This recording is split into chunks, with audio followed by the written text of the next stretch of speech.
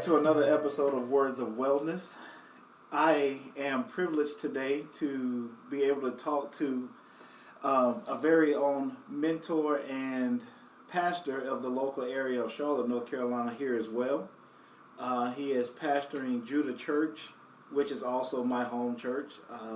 He has been rooted here or planted this church about 10 years ago, and has been was a youth pastor for about 15 years, and has produced, out of him, God has produced a conference called Shabbat Youth Conference that sees over 2,000 kids a year.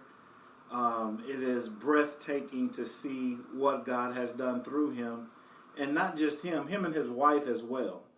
And today we are going to talk to Pastor Glenn Walters of Judah Church in Charlotte, North Carolina. If you hear this and I'm sure you will, you're interested about it, please check out Judah Church online as well. If you have questions about it, shoot us an email shoot them a email at info@judahchurch.com, and they will be more than happy to get back with you. Today we are going to dive into the role of a pastor, and the way mental health plays into that. We're going to ask some questions about what is it like being the pastor, but also, as I said earlier, he's been a youth pastor as well.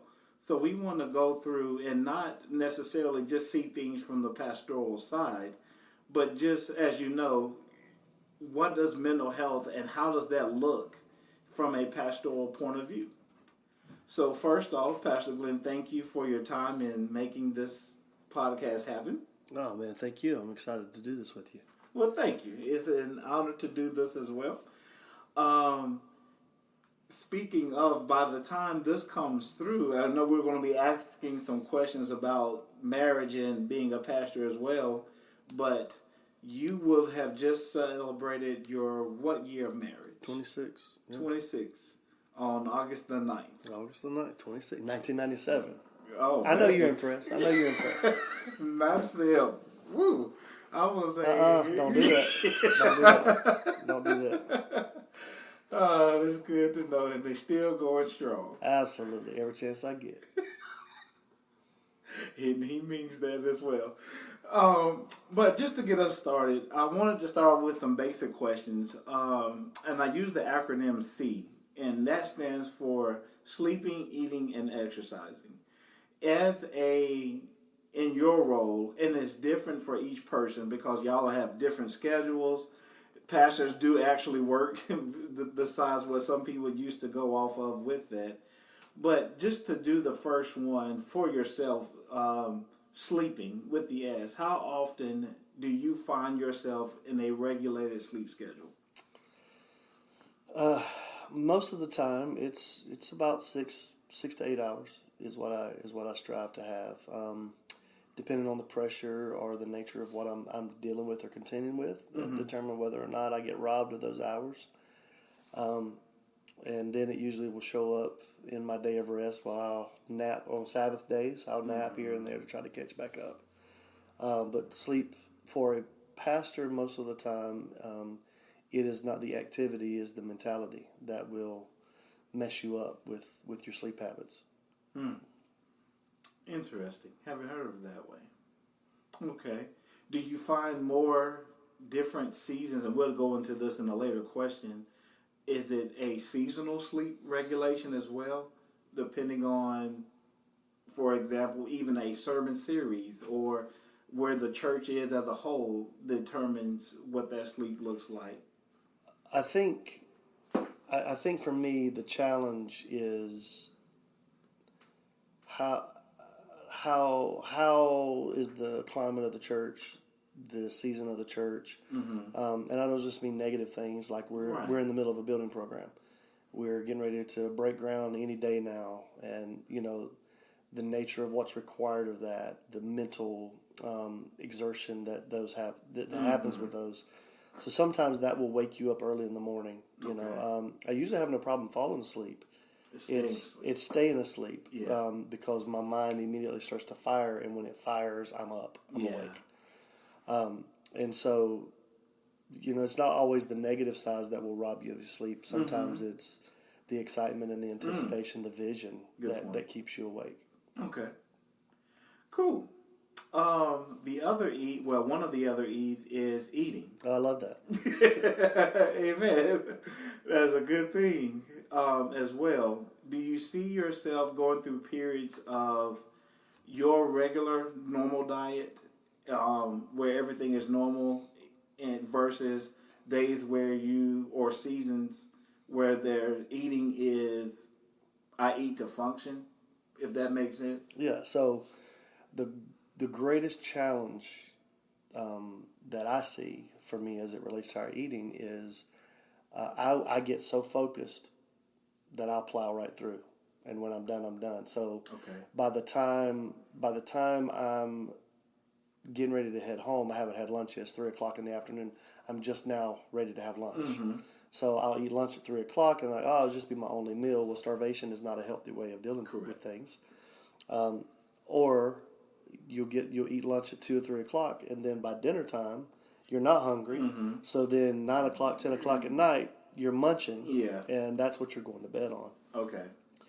A lot of times when I'm meeting and I'm doing things that's counseling or any of those things, usually food is in the midst of it. There's some element of fellowship that goes with it. That is another opportunity to not exercise discipline with those, and so it can be a challenge to even find a schedule. Okay.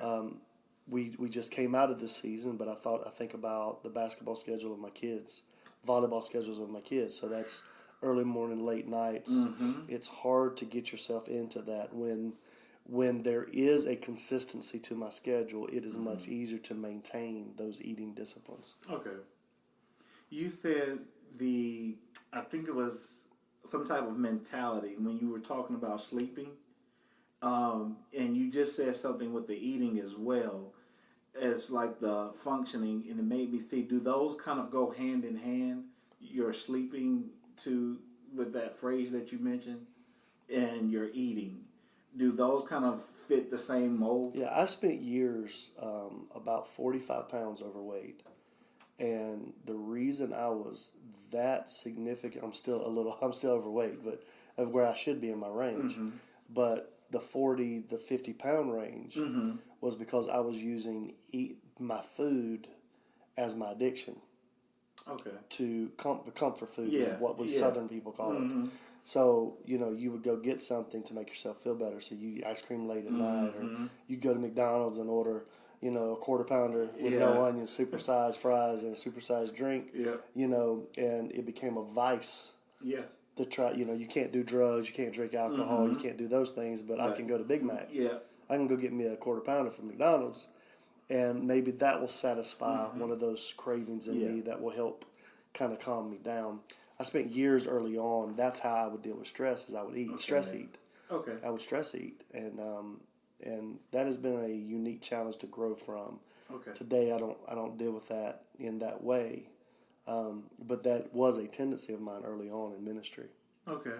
I can't go do drugs. I can't go drink, but I can go to Bojangles. And so, luckily, that's been broken. That side of it. And our last one is exercise. How easy or often, or does it vary? Not just you, but in the other pastors that you know as well. Is exercise a priority? And if so, how disciplined do you see yourself and others? So I absolutely believe exercise is a priority for just mental health, taking some of the pressure off, the stress. You'll find this out later on, but at 47 and certain hormones and chemical imbalances and things like that becomes more of a challenge. So you will feel better, but you don't have the energy to exert it. Gotcha. And so you struggle with how do I push through because I don't feel like exercising, but knowing that I'll feel better if I do about myself. Yes. And those are the challenges. I've been in the season where I try to walk 5 miles 5 days a week, and that's been a little different because of the nature of this building program, but I feel better now. I'm sore, that kind of thing. 47. In my 20s, I'd have been running, Correct. and in the gym lifting weights. Yeah. Now I'm just trying to get out there and walk and, Yeah. just kind of get that out of my system. You always feel better, but the older you get, when your hormones are doing different things, Yes.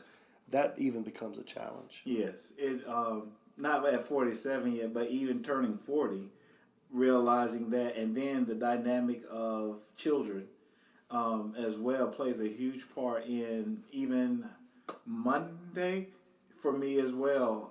Going to, and then trying to do a different type of exercise as well, and having the motivation to do something that you don't want to do makes it really harder too as well. But then not feeling it, it's one of the things where you feel better after you've done it, and you're like, oh yeah, I did that, and I'm checking off the list. But you keep growing with it, and that is a universal issue, not just pastoral issue or man issue.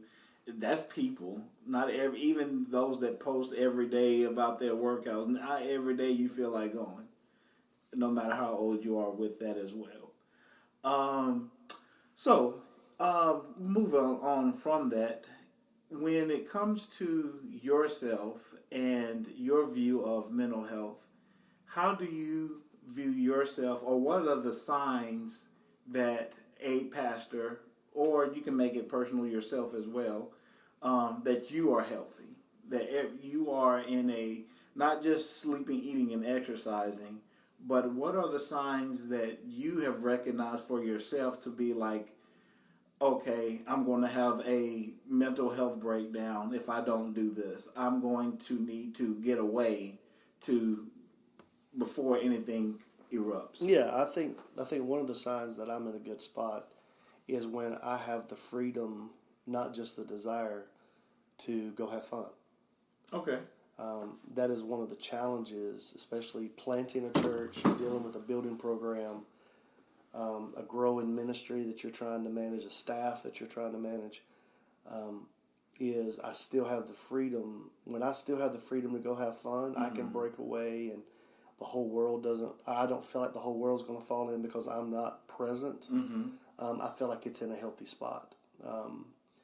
Another indicator that I'm in a healthy spot is when I have to deal with conflict, but I'm not carrying the weight before it, Okay. the anxiety before it, and I'm not carrying the insecurity after the conflict. We're in a healthy spot. And I think that's one of the challenges, at least for guys that I've been around, is you have such anxiety going into a tough conversation or a tough meeting.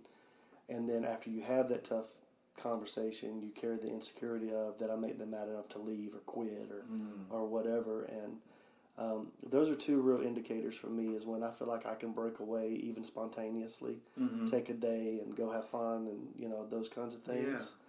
Yeah. But then also I'm not sleepless having to get melatonin out because I've got a big meeting coming up the day before or the day after, and then I'm not carrying the insecurity. I think another sign of healthy is when you can go home and nobody's asking you how the church is doing in your household. Yeah. Because they're not worried about the next crisis coming up. So I think it's an indicator of health, is when your kids and your wife isn't wondering if anything went wrong today. So I don't remember the last time I've been asked, is everything okay? And so to me, those are signs of great health in my life and in our ministry. That's great. That's also signs of a healthy church. Yeah. As well, when the pastor can do that. Well, I think a healthy church is a healthy pastor, and a healthy pastor is a healthy church. I think those two are tied together for sure. Would it be the things you just mentioned, if those things aren't alignment, would that answer the question of the signs of someone not being healthy? Yeah, absolutely. Long before, it was just my experience in ministry, long before a pastor's up there beating his congregation up, that was already happening inside of the parsonage, inside of the pastoral home. Yeah. And before it ever showed up in the home, it was already happening in the pastor's mind. Yeah. And if I can stay ahead of those things, it won't show up in my home, which means it won't show up in the pulpit, which means it won't show up in the congregation. And when you see these guys that are, going off on their congregation, or you see a pastoral home that is just in disarray, I feel like it's a great indicator that there's something going on in the guy that was unaddressed. So those are signs for me of, okay, I'm in a good place because my kids aren't nervous, my wife isn't concerned, and I can go do my definition of healthy fun for me to get away. Cool. For those that don't know you, you are an introverted person by nature. 100%. Is that also, I know that socially there as well, do you see what has been a challenge for you and what has also been a great thing for you being introverted as far as being a pastor? Yeah, so I try to communicate on a monthly basis to the congregation in the middle of my message that I'm an introvert. Yeah. Because I want them to have that understanding that the guy on the stage, that's the call, that's the anointing, that's not me. And it gives me permission to not have to be put on a fake identity. Okay. I want the congregation to know authentically who I am. So I'll casually mention my introvertedness, on a monthly basis. I try to because there's so many new people coming. True. Because I don't want them to have an unrealistic expectation. The introvert side of me, the reason why health is so important is because, and you understand this, but as an introvert, people drain me. Yeah. I love them, care for them, I'm called to them, but they drain my battery. And I don't want to get to where I'm on the side of the road with a dead battery. And, my wife's got to go find another husband, my kids got to have somebody else to call dad. Yeah. I want to make sure that I do what I need to do to recharge my batteries, and sometimes I can do that by going away. Sometimes I do that by going on dates by myself. Sometimes it's I send everybody else away and I'm at home. Even for an introvert, family drains your battery. Absolutely. And so understanding that, and then my wife understanding that, was so critical to my personal health. Yes. It's not because I don't love people. It's not because they've hurt me or they've drained me because they're so needy. It's this is who I am. Yeah. And you have to love me. You have to understand that that I can be in a room with 300 people, and if I'm not saying anything, it's not because I'm stuck up. Right. It's because I'm not comfortable. Correct. And my wife has been so good. 26 years almost of marriage. By the time this comes out, 26 years, and she understands when we're going and meeting new people. She has to carry it until I get comfortable, and then then we'll be able to play. Yeah. And so that has been such a good thing. I've met and I mentor extroverted pastors, and to me they have a bigger challenge. Yes. And the reason why to me they have a bigger challenge is as an introvert, what I'm doing on the stage is not really who I am. That's who I'm called to become, who to be. And it's not fake. I'm anointed.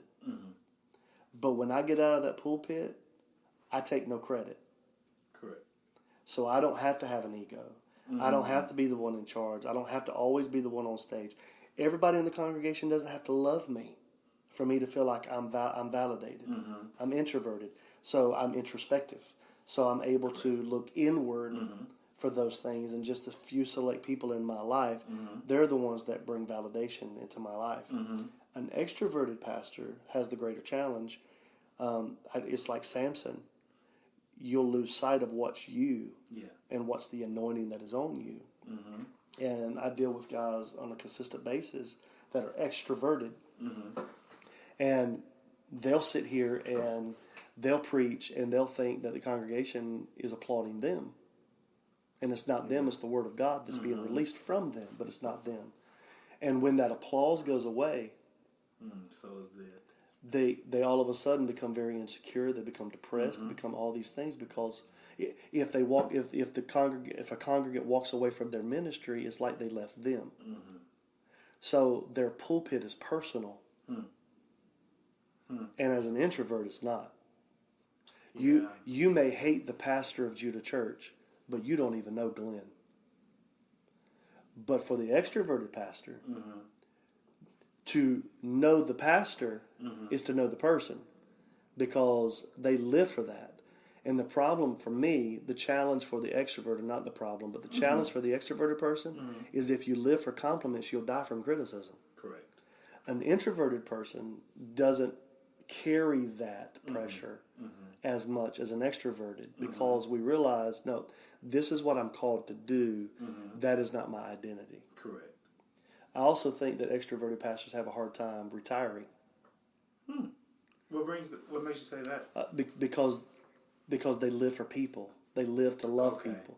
So they'll be 70, 80 years old, and the congregation is enduring their senile sermons because how great of a lover that person is. Gotcha. When they should be a senior adult pastor, they should be the hospital care director. They should be, in those positions where they're just sitting in surgery rooms, loving on people, mentoring others. Yeah, absolutely. Like, that's the stuff they should be doing. Gotcha.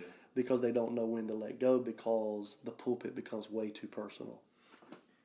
Can you substitute personal for identity? Oh, 100%. Okay. 100%.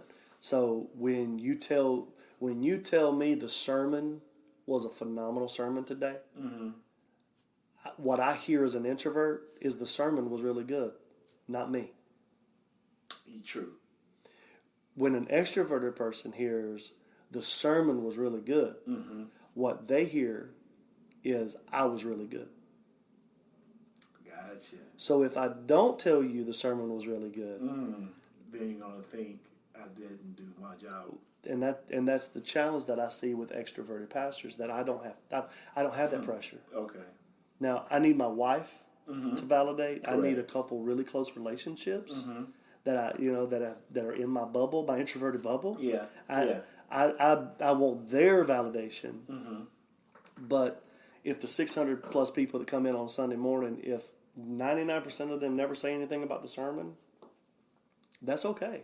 If they do say something about the sermon, they're not talking about me. I just delivered it. I'm the mailman. Okay. I'm the mailman, not the envelope. Understood.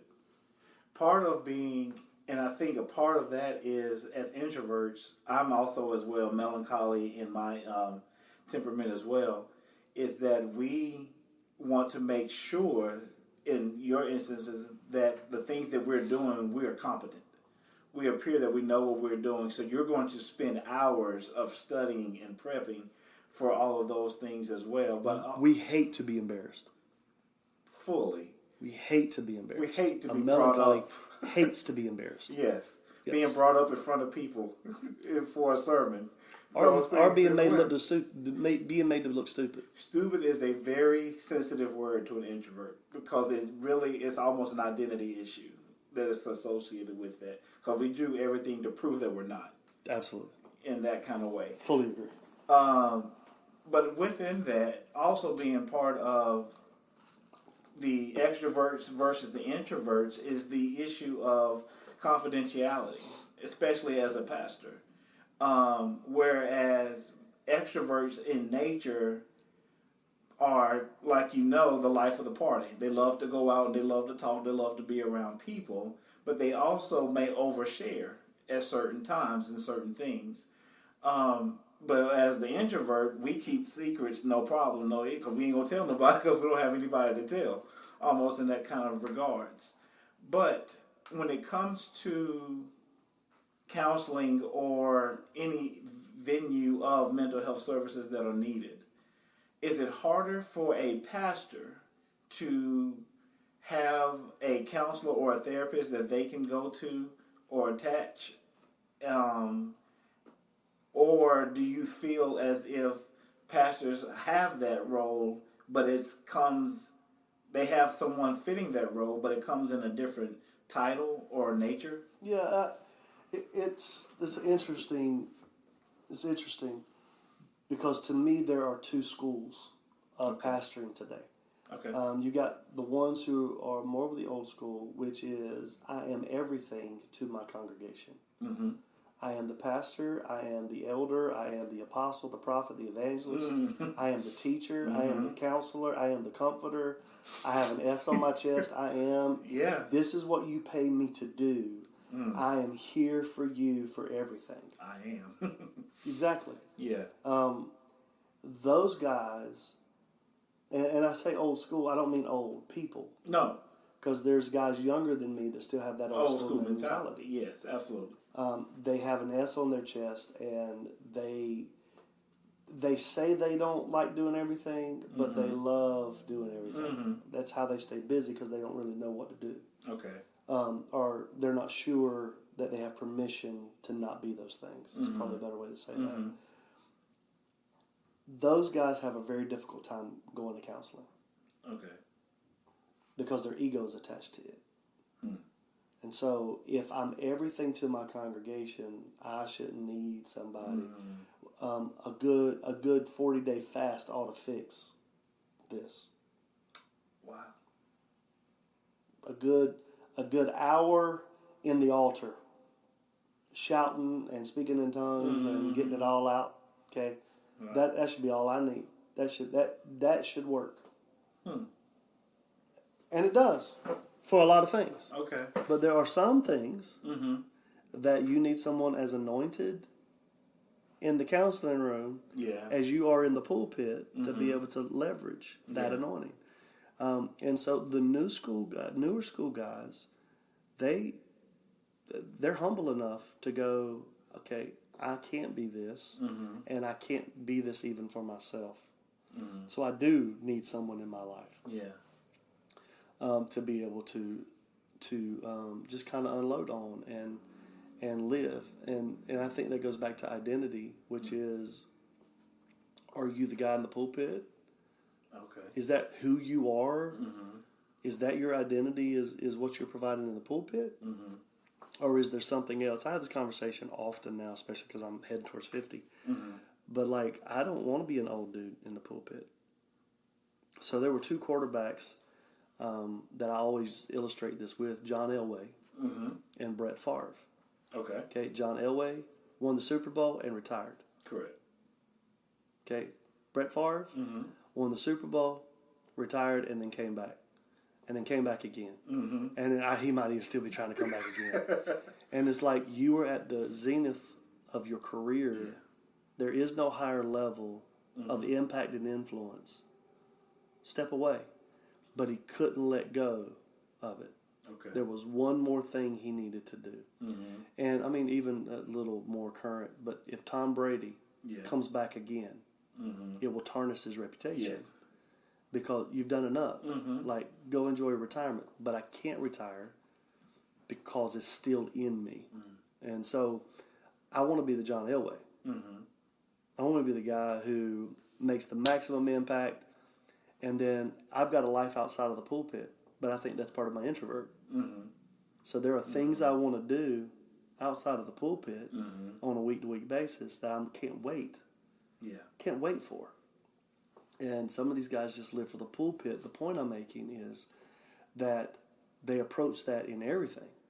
So I don't need counseling because I am a counselor. And what they don't understand is most of the people who get in counseling had such trauma in their early years that it sent them on this journey to become a counselor. So it required them to figure it out for themselves and then in turn try to help someone else. Well, there are things that a pastor just is never going to understand. And the moment you realize what you're not good at, it gives you permission to lean on somebody who is really good at it. Yeah. So there are things that that we have counselors here at the church. And there are things that I'll knock on the door and go, hey, can we talk? And give me the ability to work this. Number one, let me get it out. Yeah. And then give me perspective. And so, I found that most old school guys have too much ego to be able to do that. Understood. This is I couldn't help it, and it was on here, but just a little break, going off script a little bit. You've mentioned, without saying your wife a lot in your answers here and just in this conversation, which is Pastor Emily. And I'll go back to when we first mentioned her under the radar, but when you mentioned how your wife understood you, your temperament, and with that, I think it was within the last 3 to 5 years or so where you guys really understood the temperaments of each other and how they go inside with each other within that. How was life married before that? As far as being, and to bring it into this conversation, your partner is always going to be there for you. Your spouse is there for you. But when you understand how she is made, her temperament, and how you are made, the things that can clash, but also you understand why they clash, and the things that you guys just work together with. I mean, 20 plus years, that's even more, the older we get, the rarer it is within marriages. So how can knowing your partner, and especially a pastor and a pastor's wife, what has been the greatest successes that you guys have seen together in this role as pastors? Yeah, so I'll say that before me understanding who she was, she had to understand who she was. Okay. So I say that she's the firstborn. I'm a middle child. And by the nature of the firstborn, she carried characteristics and traits because of her position as a child, not her temperament. Correct. So early on, she took the temperament. Okay, she took her temperament test. Okay, and she came back choleric on steroids. Oh, okay? gosh. All right, overly choleric. Okay, Oh boy. like cholesterol choleric. Okay, I mean it was just crazy.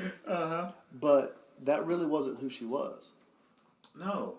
That's who she was required to be as the firstborn child. Understood. And as time went on, she realized, man, there's sanguine in there. There's all these other temperament things. Yeah. As a matter of fact, choleric isn't anywhere in her temperament. I don't see it. Okay. But because of her position, she had to take on that temperament. Okay. And as time went on, she got to find out who she really is. Not just who she was required to be. Yes. So when she became aware, then it was easier for me. Love your neighbor as yourself. Yes. So I can't love you because you don't even love you. Right. And now that you know you and love who you are, that created an opportunity for me then to begin to love her and her in turn love me. Okay. Number one. Number two, the stage of children, it was another challenge. Okay. Because the mother in her was required to come to the forefront. So there were seasons where I felt like I was getting the leftovers, never recognizing that she's demonstrating how incredibly in love she is with me by taking care of the ones that we created. But I saw them in certain seasons as competition and would pout. But now that stage is over, you know, we're back to our identity of this is me and this is you, and we've got our groove. Yeah. You know what I mean? We've got our groove. I know her. She knows me. We're not sitting around with bust-ups, having arguments all the time. You know, sometimes sleeping in different rooms. Yeah. But all that stuff happened when, as she's learning me, I'm learning the real her. And we're able to gel that. Like, God created her for me. But the person I met was not the person that she really was. And now that she's become that, and I have matured to be able to lovingly, as unto the Lord, lead that, man, there's great synergy. You asked what was the greatest success of our marriage. I will attribute it to one thing, and this was a mentor of mine. He told me very early in my ministry, do not go home and ruin your wife's church. Okay. And I said, what do you mean by that? Well, your fellow employee, your fellow staff member is the worship leader, but it's her worship leader. Yeah. Your fellow employee is the evangelism director, but that's her evangelism director. Yes. Your boss is your senior pastor, but it's her senior pastor. And if you go home and unload what's happening employee to employee, you will ruin her church. So she will sit there, because women love deep, they wound deep. Okay. And she will sit there and carry and harbor hurts and feelings towards those people, and they're trying to lead her in a deeper relationship of love with God. And you'll ruin that in her life. Don't take home that stuff. Your wife can't be your confidant. Good point. And so that was the mentorship advice I got at a very early age of ministry that I attribute to the success of my ministry, is I don't go home and make my wife my counselor. Yeah. I get counsel from her about issues, but I don't bring drama out of their home. I had that same mentor said to me, and it was a little bit of a joke, but it was fun. He said, "You need to get a cussing tree." And I said, "A cussing tree? What is a cussing tree?" He said, "You need to pick one tree out in your yard, and when you get out of your car on really stressful days, you need to walk over that tree, put your hand on that tree, and say everything you need to say to get it out of you. And if you have to cuss, cuss. But get it out of you before you walk in there to become a husband and a father." That's funny. Yeah. But I've been to that tree many times. I'm not a cusser. But I came close. All right, I came close. I came close over the years. Yeah. But I'm not a cusser. And but it was such great visualization to say, don't kill your wife trying to stay afloat yourself. Yeah. So, years ago I was an aquatics director and I trained lifeguards. Yeah. You've heard this story Yeah. before. And the first thing I teach lifeguards, I taught lifeguards when I was certifying them to become lifeguards, is first rule is you got to be willing to swim away and let somebody drown. And if you're unwilling to let someone drown, you don't need to be a lifeguard. And the reason is when someone is in panic and in crisis in the water, they will climb you and drown you. Survival. Trying to keep their head afloat. Yeah. And if you're not willing to preserve your own life, you're not going to be good enough to save somebody else's. It's the first rule that I had to teach as a lifeguard instructor. And that is my same advice. Okay. Is don't go home and drown your wife trying to keep your own head afloat. Gotcha. And that's probably the greatest success of our marriage, is I've kept that out of my house. Yeah. I'm not perfect, but for the most part, I've Yeah. kept all that stuff out of my house. Now, how do you translate that to the female pastors? That, again, I understand you go home, that's his worship pastor, that's his pastor, and those kind of things, but understanding that they wound deep as well, but they still have to go deliver the word of God. Well, you'll have to ask a woman pastor. Okay, fair. But I'll give you my perspective. Absolutely. The ones that I have seen model this the best has been women who are pastors, leaders, Okay. but when they go home, they submit themselves to their husbands. Okay. And I don't know how they do it. Yeah. I don't know what triggers they have. Fair. You'll have to ask them that. Okay. But the ones that I've seen that have the healthiest relationships are the ones that don't come in above their husbands. Okay. In the home, they're submitted. That is the ones that I've seen modeled. Okay. How they do it, you have to ask them. Well, fair and understood. One last question, and then we'll wrap up from here. There are intercessors. There are all different types of laity and just people in the world that have automatically levels of spiritual warfare that go on in life, and just things that bring on new levels, new devils within that. But from this perspective, I would love for you to answer from just individually and then the the power of Pastor Emily with you, are there certain levels of spiritual warfare that kind of goes back to the sing in the beginning of the conversation of being healthy? But are there certain levels of spiritual warfare that honestly just seem too much to bear by yourself as the pastor of a church? 100%. There are seasons of warfare that are very difficult. That he is bigger than even for my family. Okay. And as an introvert, we keep all that. Correct. So when I was able to share with my wife, there was another level of freedom that I got to experience. Okay. But now, as I'm able to share with my elders, there's even another level of freedom. Okay. And I share, a lot of things with even our prayer team. Mm-hmm. There's yet another level of freedom. Mm-hmm. And it's because the more people that are praying, Mm-hmm. the more powerful it becomes. Okay. So if I'm fighting 50 devils, Mm-hmm. then Yeah. I got to fight 50 devils. But if my wife and I have got to fight 50 devils, then I'm going to fight 15 and she's going to fight 35 because she's a beast. Yes, she is. Okay? But if I've got all 14 of my elders fighting 50 devils, Correct. then it gets even easier. Mm-hmm. And then if I've got 50 of my prayer team members and my elders and my wife fighting these 50 devils, well, now it's one-on-one. Yeah. You see what I'm saying? Yeah. And so having the vulnerability to be able to share, not just in the wins but also the warfare, makes life so much more bearable.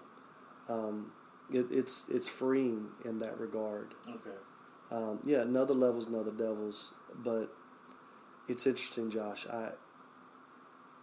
My life over the last 5 to 7 years is I can be experiencing great victory in one area of my life and great warfare in another. And it has been that way for years. So while I'm winning in one, I'm warring in another. Yeah. And that is exhausting. If I'm trying to be in the winner's circle and in the heat of the battle by myself at the same time. The more people I have sharing in the warfare, the more people I'll have sharing in the victory. The more people that get to lift a hand or swing their swords in the warfare, the more they get to lift their hands in the victory. Gotcha. And so I love that's where we are in this season, where I don't have to be the guy. Yeah. I don't have to be the guy all by myself. And I'm grateful for that. And I would say that's probably the best thing that we've done. One of the best things that we've done is being able to allow people to share not just in the wins but also the warfare. Yeah.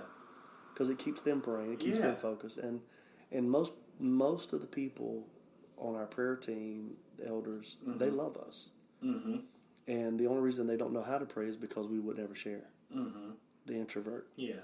But when I knew that I could trust, man, it's so much easier to kill one devil than 50. Yeah. That was a great thing, and it was a promo almost in itself to where I know some pastors that don't have that. For the pastors that don't have or don't have the vulnerability or don't feel like they can share those things with them, we conclude each episode with a word of prayer over whatever the topic is for the day. So if you don't mind, give a word to those pastors and or pray with them. But for those that don't have the elders set up, that doesn't have a prayer team in their corner, or don't like to share the things, the intimate things that they need prayer for, what would you say to them, or how would you pray for them? Well, the first thing I would say is before I could trust my wife, I trusted my grandparents. Okay. Before I had a prayer team, I had grandparents. Before I had an elders group, I had a grandmother and a grandfather that was all these things to me. Okay. If I needed somebody to touch heaven on my behalf because I was just too tired, man, I would call my grandmother and my grandfather. And they would get off the phone and immediately hit their knees. I had a prayer team. They were praying for me before I knew that I needed a prayer team. You know what I mean? And so I would just say, take an inventory of what you do have.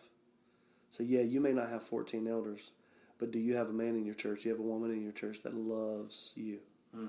So how all of this started was one day Troy and Tisha, our elders, came up to me and said, "Who prays for you?" And I'm like, well, I'm sure people do know who intentionally prays for you. And I'm like, well, nobody that I know of. He said, if it's okay with you, I would like to get some of the men of our church, and the last thing we do before we leave this church every Sunday is put our hands on your shoulders and not pray for the preacher to preach, but pray for the husband and the father and just the man to be the rest of the week. So the first thing I do when I get here is get my sermon together, finishing up on Sunday mornings. The last thing that happens to me is my prayer team gathers around me, and they don't pray for the preacher.